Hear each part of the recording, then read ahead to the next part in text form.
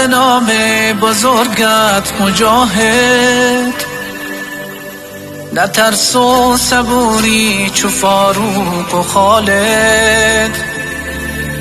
تو برکن ز دنیا فساد و سیاهی، تو شمشیر خیبر سپاه خدایی.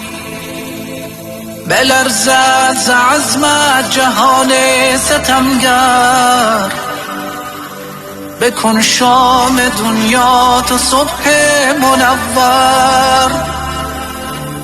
توی مظهر دین، توی عزت ما، توی دفع ظلمت، توی حرمت ما. د دې عصر اتل اسلام پال مجاهد، ختمون کید کفر فساد و ملحد.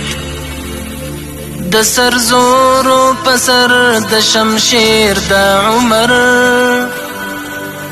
مفسدینو تټینګ د ولاړ په ډګر. ماتون کید هر ستمګر او جابر، مقابل د مغرور تا اجل د کافر. د عزت مساتم کید زړو متوا، د مظلوم لپاره مسکا د مسکا.